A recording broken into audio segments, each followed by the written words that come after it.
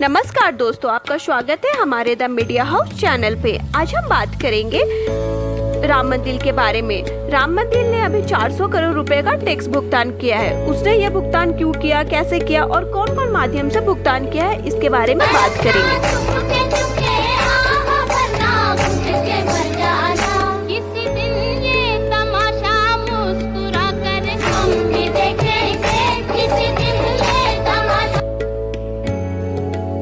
श्री राम जन्मभूमि में पिछले 5 वर्षों से सरकार को लगभग 400 करोड़ रुपए का टैक्स भुगतान किया है।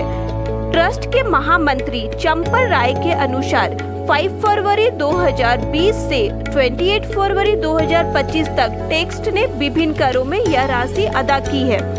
ट्रस्ट ने अब तक मंदिर निर्माण पर कुल 2150 करोड़ रुपए खर्च किए हैं, जिसमें करोड़ों उपरोक्त कर शामिल है। मंदिर का निर्माण लगभग 96% पूरा हो चुका है और जून 2025 तक इसके पूर्ण होने की संभावना है। राम मंदिर ट्रस्ट द्वारा 400 करोड़ रुपए का टैक्स चुकाने के पीछे मुख्य कारण कानूनी और प्रशासनिक आवश्यकताएं हैं। इसके कुछ प्रमुख कारण इस प्रकार है।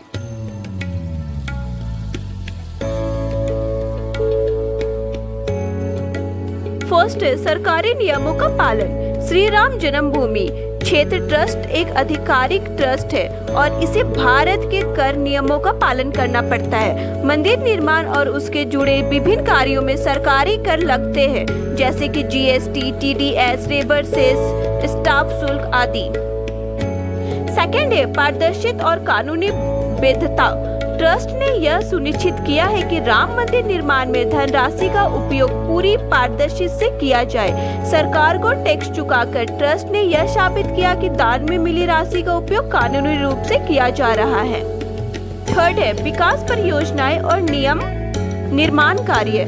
राम मंदिर निर्माण एक विशाल परियोजना है जिसमें कई सरकारी निर्माण कंपनियां और ठेकेदार शामिल हैं। बड़े स्तर के निर्माण कार्यों में जीएसटी, स्टाफ ड्यूटी और अन्य कार्य लगते हैं जिन्हें ट्रस्ट को चुकाना पड़ता है। फोर्थ है धार्मिक स्थल लेकिन कर मुफ्त नहीं।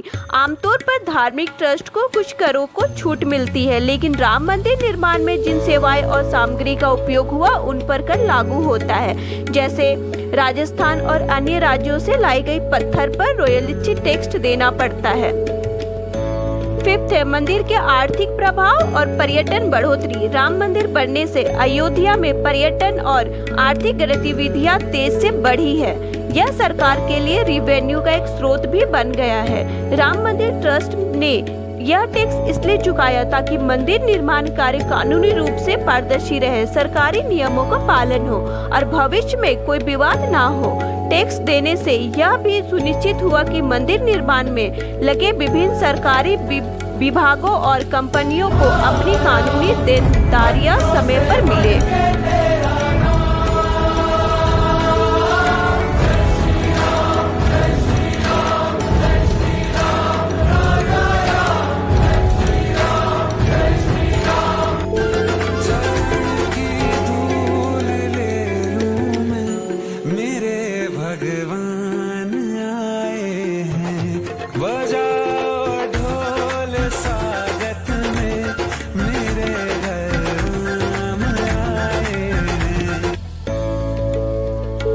तो दोस्तों, क्या आपको लगता है कि टैक्स देना सही था? अगर सही है तो हमें कमेंट बॉक्स में जरूर बताना। आइए अब हम बात करते हैं टैक्स का भुगतान किन रूपों में हुआ। जीएसटी के लिए 272 करोड़ चुकाया गया, टीडीएस के लिए 39 करोड़ चुकाया गया था, लेबर सेस के लिए 14 करोड़ चुकाया गया था, ईएसआई के लिए 7.4 करोड़ चुकाया गया, बीमा प्रीमियम के लिए 4 करोड़ चुकाया गया था, नक्शा पास कराने के लिए 5 करोड़ चुकाया गया था, स्टाफ शुल्क के लिए 29 करोड़ चुकाया गया, बिजली बिल के लिए 10 करोड़ और रॉयल्टी के लिए 14.9 करोड़ चुकाया गया। आइए अब हम बात करते हैं टैक्स का भुगतान किस तरह किया गया। ट्रस्ट ने यह कर बैंक ट्रांजैक्शन, ऑनलाइन पेमेंट और सरकारी पोर्टल के माध्यम से चुकाया। जीएसटी और टीडीएस का भुगतान आमतौर पर सरकार के जीएसटी और आयकर विभाग के पोर्टल पर किया जाता है।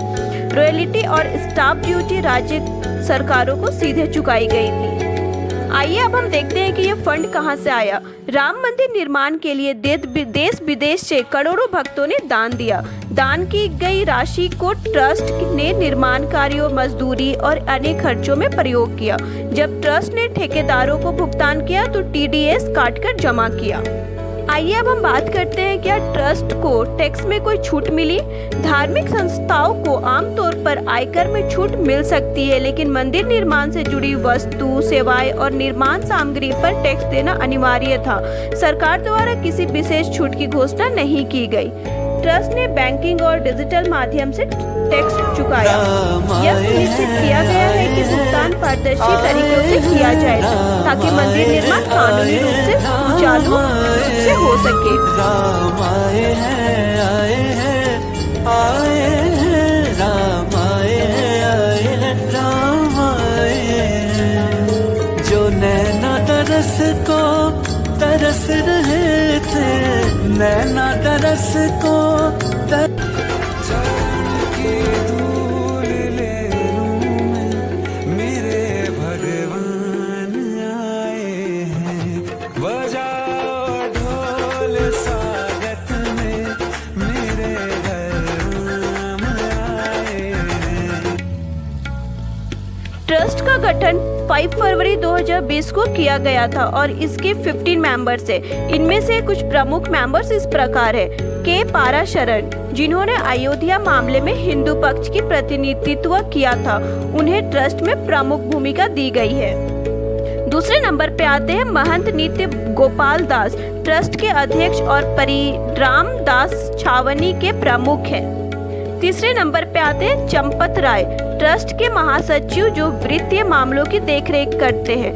चौथे नंबर पे आते हैं गोविंद देवगिरी, जो ट्रस्ट के कोषाध्यक्ष जो वित्तीय प्रबंध में महत्वपूर्ण भूमिका निभाते हैं। ट्रस्ट के सचिव चंपत राय ने बताया कि अयोध्या में पर्यटकों की संख्या में 10 गुना वृद्धि हुई है, जिससे यह एक प्रमुख धार्मिक पर्यटन केंद्र बन गया है और स्थानीय लोगों के लिए रोजगार के अवसर पैदा हुए हैं।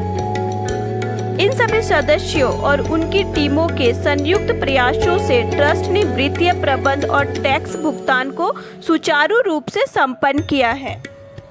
आज के लिए इतना ही। अगर हमारा वीडियो पसंद आया तो हमारे चैनल को लाइक और सब्सक्राइब जरूर करें।